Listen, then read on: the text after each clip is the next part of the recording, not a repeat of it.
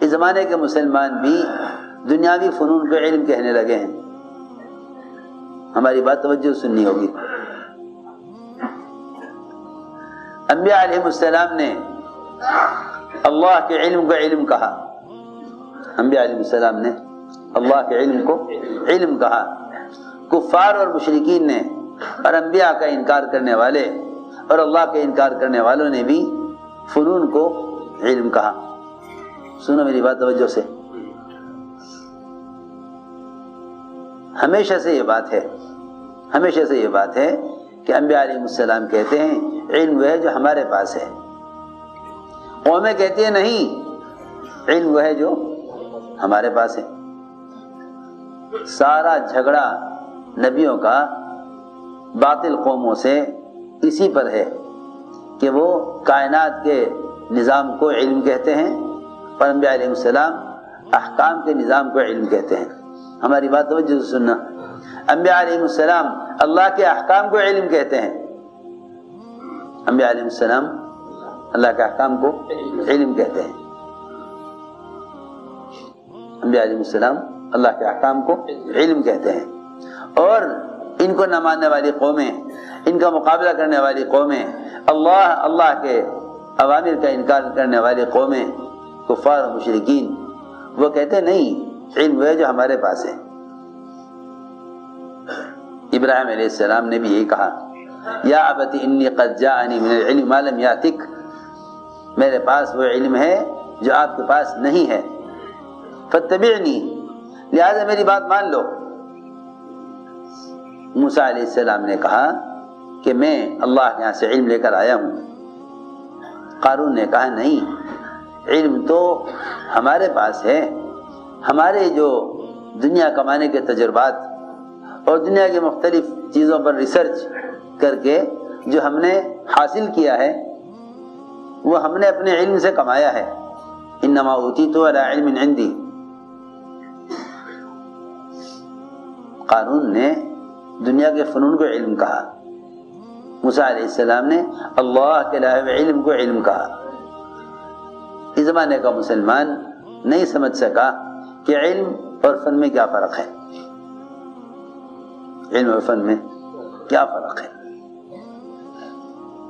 علم اور فن میں کیا فرق ہے. میرے دوستو عزیزوں، سارے فنون جہالت ہیں. سارے فنون جہالت ہیں. سارے فنون جہالت ہیں. ان فنون کے لیے اسلام شرط نہیں، ایمان شرط نہیں. سارے فنون جہالت ہیں. ان فنون کے لیے اسلام اور ایمان شرط نہیں. سنو توجہ سے بات. دنیا والے کہتے ہیں کہ یہ بھی علم ہے، اور اتنا ہی نہیں بلکہ علم کے فضائل کو استعمال کرتے ہیں دنیا کے فنون سیکھنے سکھلانے پر. دنیا کے فنون سیکھنے سکھلانے پر علم کے فضائل کو استعمال کرتے ہیں. حالانکہ علم صرف وہ ہے جو ہم سے اللہ چاہتے ہیں، جو ہم سے اللہ چاہتے ہیں، جو ہم سے اللہ چاہتے ہیں محمد صلی اللہ علیہ وسلم کے طریقے پر. صرف وہ علم ہے. علم صرف وہ ہے جو اللہ ہم سے چاہتے ہیں محمد صلی اللہ علیہ وسلم کے طریقے پر. باقی رہے دنیا کے فنون وہ تو زمانے کے بدلنے کے اعتبار سے بدلتے رہتے ہیں. آپ دیکھیے، اب سے 20 سال 30 سال 50 سال 100 سال پہلے کے تجربات، آج کے تجربات. آج کے لوگ ہنستے ہیں پرانے لوگوں پر کہ وہ کیسے، حالانکہ انہی کی بنیادوں پر آگے ترقی کر رہے ہیں. لیکن وہ کہتے ہیں نہیں، جو ہم نے سمجھا، جو ہم نے کیا وہ زیادہ صحیح ہے. ایک دوا بنتی ہے، ساری دنیا میں پھیلائی جاتی ہے، پھر اسی دوا کو بینڈ کر دیا جاتا ہے کہ نہیں یہ دوا استعمال نہ کی جائے. سنو تو صحیح، کائنات کا نظام علم ہو کیسے سکتا ہے جب کائنات میں تغیرات ہیں. کائنات میں تغیرات ہیں. علم تو ہے جس میں کوئی تغیر نہ ہو. علم سے کہتے ہیں جس میں کوئی تغیر نہیں. کائنات کے نظام میں بہت تغیرات ہیں. علم اللہ کا ضابطہ ہے، ضابطے میں تبدیلی نہیں ہوتی. کائنات ضابطہ نہیں ہے، کیونکہ کائنات میں بہت تبدیلیاں ہیں، کائنات میں بہت تبدیلیاں ہیں، اللہ کے ضابطے میں کوئی تبدیلی نہیں ہے۔ اس سے معلوم ہو جائے گا کہ علم اور فن میں کیا فرق ہے، علم اور فن میں کیا فرق ہے، اس سے معلوم ہو جائے گا کہ علم اور فن میں کیا فرق ہے۔ اس لیے کائنات میں بہت تبدیلیاں ہیں، علم میں کوئی تبدیلی نہیں ہے۔ علم اللہ کا ضابطہ ہے، کائنات اللہ کا ضابطہ نہیں ہے، کیونکہ اللہ ہی نے فرمایا لا تبدیل لخلق اللہ ذالک الدین القیم ولکن اکثر الناس لا یعلمون۔ اور کائنات کے نظام میں تو آپ دیکھیں کتنی تبدیلیاں ہیں، آپ کو کائنات کے ہر نظام میں تبدیلی نظر آئے گی۔ زمینیں ہیں غلہ نہیں ہے، بادل ہے بارش نہیں ہے، سورج ہے روشنی نہیں ہے، آنکھیں ہیں ان کے اندر بینائی نہیں ہے، عورتیں ہیں اولاد نہیں ہے، ہتھیار ہے حفاظت نہیں ہے، حکام ہیں عزت اور غلبہ نہیں ہے۔ سارا نظام اٹھا کے دیکھیں کائنات کا، لیکن اللہ کے ضابطے میں تبدیلی نہیں ہے۔ یہ فرق ہے علم اور جہل کا۔ بلکہ اس سے بھی آسان بات یہ ہے کہ جو چیز قبر کے 3 سوالات سے متعلق ہے وہ علم ہے، جس کا قبر میں سوال نہیں وہ علم نہیں۔ اتنا آسان ہے، جس کا قبر میں سوال نہیں وہ علم نہیں، جس کا قبر میں سوال نہیں وہ علم نہیں۔ قبر کے 3 سوالات میں سارا علم ہے، قبر کے 3 سوالات میں سارا علم ہے۔ ہم نے اس لیے عرض کیا کہ علم کا اخلاص، علم کا اخلاص وہ یہ ہے کہ یہ علم دل کا علم بنے، علم دل کا علم بنے، جس سے اللہ کا خوف دل میں پیدا ہو، جس سے اللہ کا خوف دل میں پیدا ہو، کہ جس سے دل میں اللہ کا خوف پیدا ہو۔ اصل علم وہ ہے جو اللہ کا خوف پیدا کرے۔ اس لیے قرآن نے علم کو ذکر کہا ہے اور علماء کو اہل ذکر کہا ہے، علماء کو اہل ذکر کہا ہے۔ اِنَّا نَحْنُ نَزَّلْنَا الذِّكْرَ کہ علم اور دین ہم نے نازل کیا ہے، اور علماء کو اہل ذکر کہا، علماء کو اہل ذکر کہ علماء وہ ہیں جو اس بات کو یاد رکھتے ہیں کہ ہمارا رب ہم سے اس وقت کیا چاہتا ہے۔ اہل ذکر، علماء کو قرآن میں اہل ذکر کہا، فرمایا فَاسْأَلُوا أَهْلَ الذِّكْرِ إِن كُنتُمْ لَا تَعْلَمُونَ، نہیں آتا تو پوچھو علماء سے۔ علماء کو علماء نہ کہا یہاں، بلکہ علماء کو اہل ذکر کہا، کہ یہ ہر وقت یہ بات یاد رکھتے ہیں کہ ان کا رب کس وقت ان سے کیا چاہتا ہے۔ میرے دوستو عزیزوں، امت اس جہالت میں پڑ گئی کہ دنیا کے فنون کو علم کا درجہ دے دیا، دنیا کے فنون کو علم کا درجہ دے دیا۔ امت کو اس جہالت سے نکالنا ہے،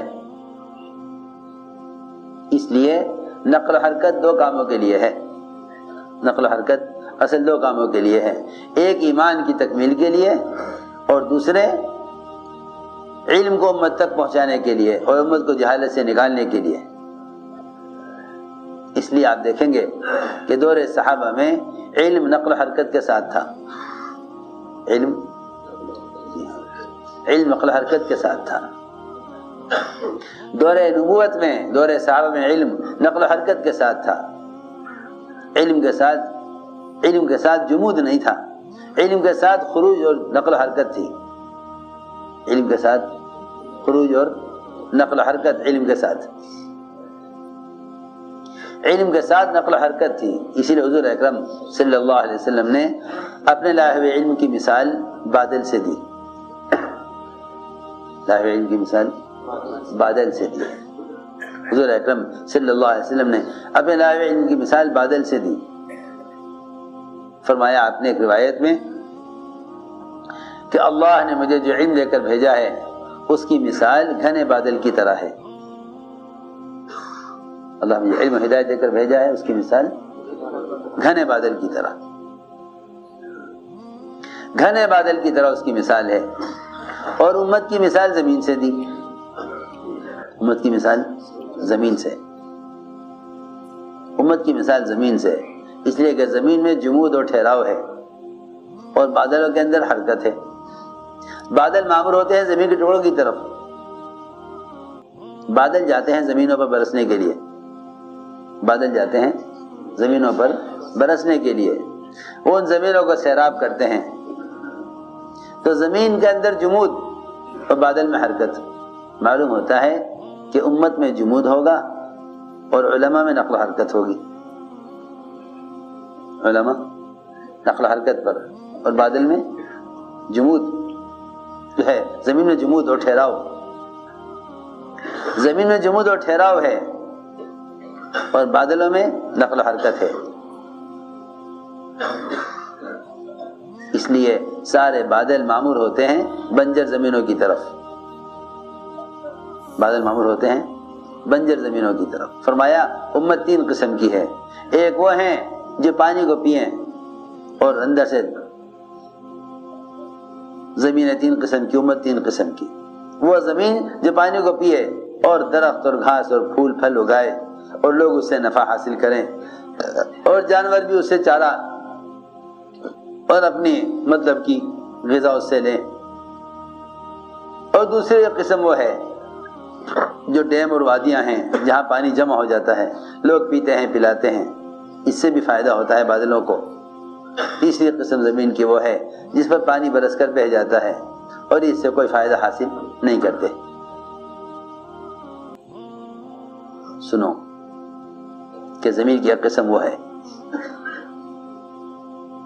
حضور اکرم صلی اللہ علیہ وسلم نے ابو جہل پر بھی محنت کی، ابو طالب پر بھی محنت کی، ابو حریرہ پر بھی محنت کی، ابو طالب اسلام نہ لائے، ستانے والوں پر بھی محنت، احسان کرنے والوں پر بھی محنت، ابو حریرہ پر محنت کی کہ ابو حریرہ رضی اللہ تعالیٰ عنہ امام المحدثین بن گئے، ابو طالب اسلام نہ لائے، لیکن محنت سب پر،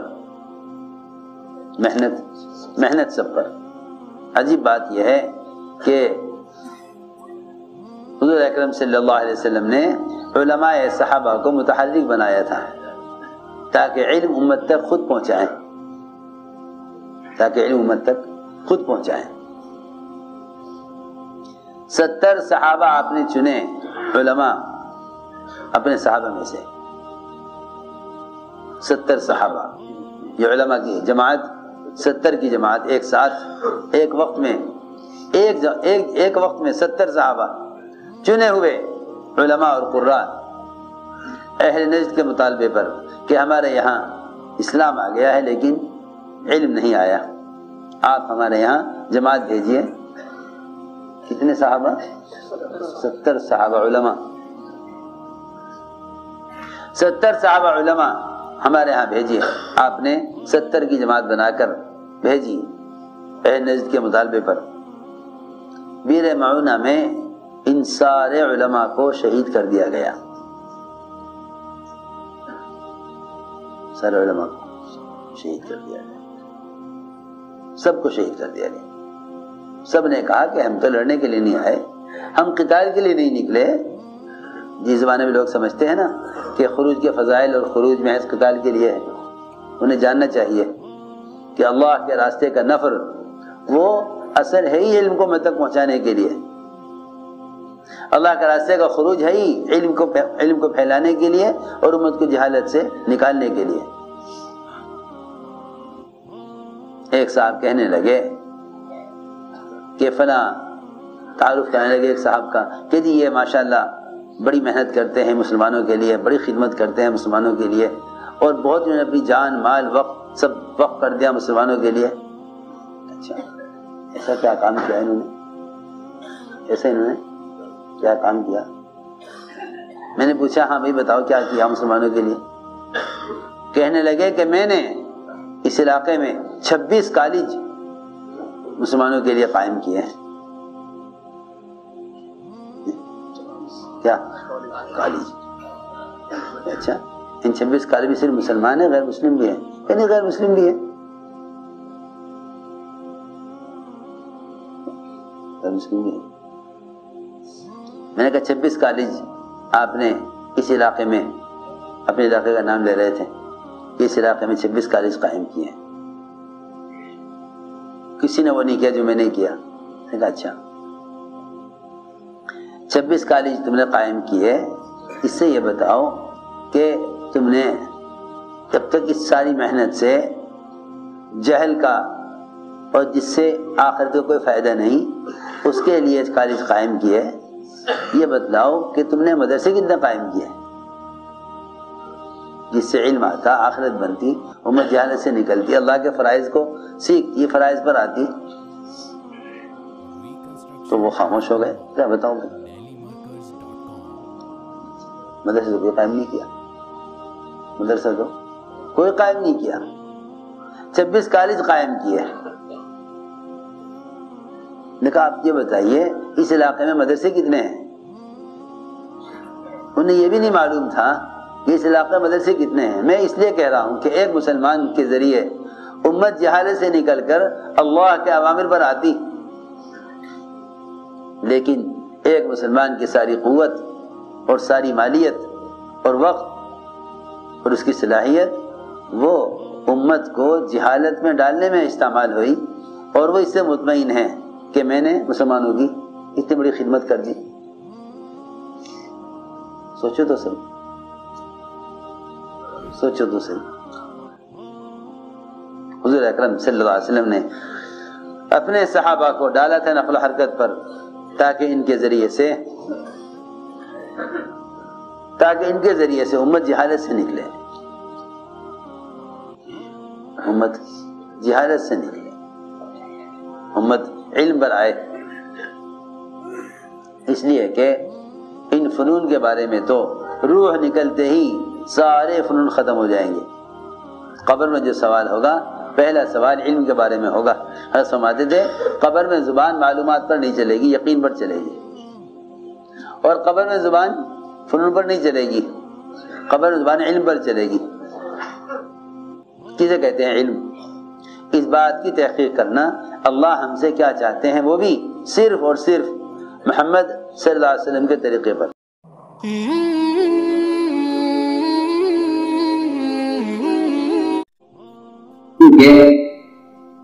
غلطیاں تو ہوں گی، غلطیاں ہوں گی، انسان ہے، خطا اس کے خمیر میں، خطا اس کے خمیر میں دیا، یہ خطا کرے گا ضرور، یہ فرشتہ نہیں ہے کہ اسے غلطی نہ ہو، اور یہ شیطان بھی نہیں کہ تباہ نہ کرے، انسان ہے، اس سے خطا ہوگی، اس سے خطا ہوگی، بھول ہوگی۔ یہ کیا کرنا چاہیے کہ ہمارے یہاں تذکیر ہے، تذکیر کہ خطا کرنے والوں کو راستہ بتا دو، اس راستہ بھٹکنے والے کو راستہ بتایا جاتا ہے، وہ قابل رحم ہے، وہ قابل احترام نہیں ہے، وہ قابل رحم ہے، قابل رحم ہے، بیچارہ راستہ بھول گیا، یہ گناہ کرنے والا راستہ بھولنے والا ہے، اس کو راستہ بتا دو کہ دیکھیے راستے سے نہیں، راستے سے جاتے، بس اتنی بات ہے، اس کو راستہ، اس کو صحیح راستہ بتا دو۔ ہمارا تذکیر ہے کہ صحیح بات کا مذاکرہ کر لو، بس یہ نہیں غلط کرنے والے کو مواخذہ کرو، غلط کرنے والوں کا مواخذہ پکڑ نہیں ہے، میں غلط کرنے والوں سے صحیح بات کا مذاکرہ کر لو، صحیح بات کا مذاکرہ کر لو، بس اتنی بات کہ بھائی صحیح بات یہ ہے، صحیح بات کو کہ صحیح بات اس کو یاد دلا دو، تذکیر، کیونکہ تذکیر ایمان والوں کو نفع دے گی کہ اگر ان سے غلطی ہو جائے، اگر ان سے غلطی ہو جائے تو ان کو صحیح راستے یاد دلا دو، اور اگر ان سے غلطی ہو تو ان کی قربانیاں یاد کرو، یہ بہت سی بات ہے، اس سے ساتھی ضائع نہیں ہوں گے کہ غلطی کرنے والے کی قربانیاں یاد کرو، اس کی قربانیاں کیا ہے، غلط کرنے والے کی قربانی یاد کرو، اس لیے خوبیاں تلاش کرنی پڑتی ہیں خوبیاں ساتھی میں تلاش کرو خوبیاں. ایک جنازہ لایا گیا حضور اکرم صلی اللہ علیہ وسلم کے پاس، کیونکہ آپ نے فرمایا تھا کہ جو جنازہ آیا کرے ہمیں بتایا کرو. لوگوں نے آ کر گھر سے آ کے رسول جنازہ آیا نماز کے لیے آئیے. تو جنازہ بہت برے آدمی کا جنازہ تھا، جنازہ برے آدمی کا جنازہ، وہ اپنی برائی میں مشہور تھا، برائی میں مشہور. کیسا آدمی ہوگا وہ کہ جلدی برائی میں مشہور ہے؟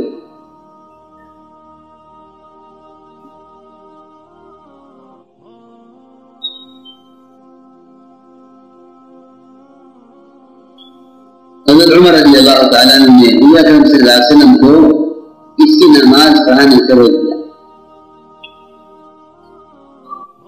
کہ آپ نماز نہیں پڑھتے،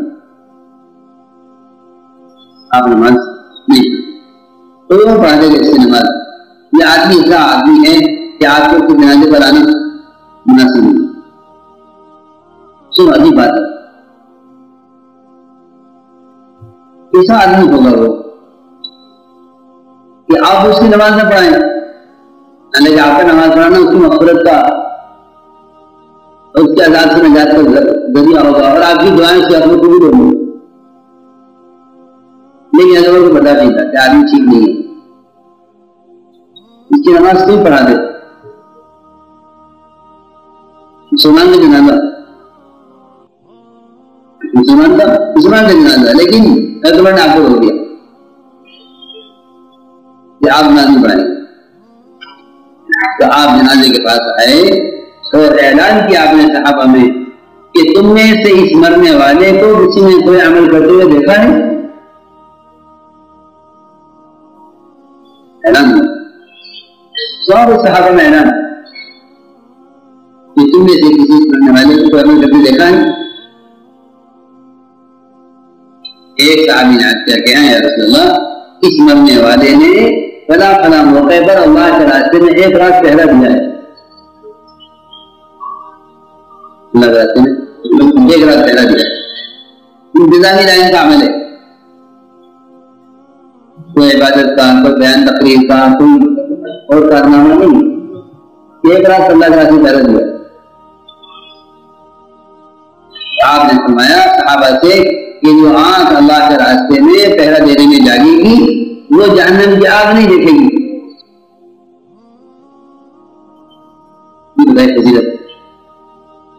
تاکہ اس آدمی کی خیر معلوم ہو جس کے بارے میں حکومت کی رائے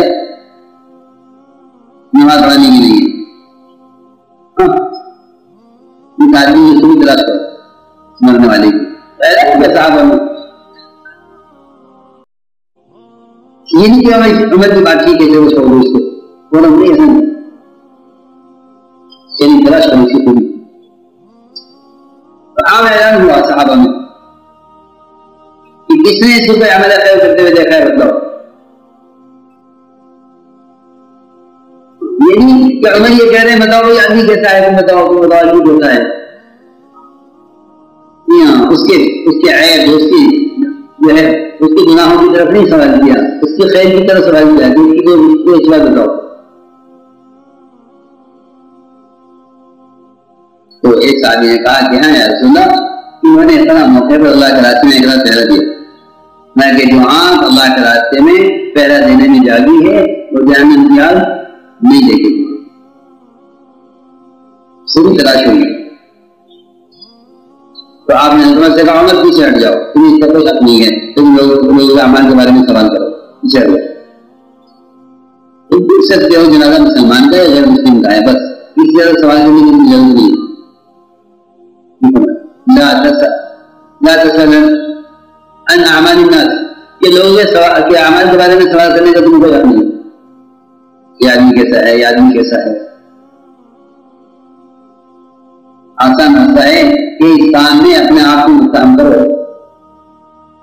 اپنے آپ کو متہم کرو، اتہام نہیں کرو، اتہام اپنے اوپر کو میں ایسا ہوں بس وہاں پہ معاملہ بہت آسان ہے کہ اپنے آپ کو متہم کرو.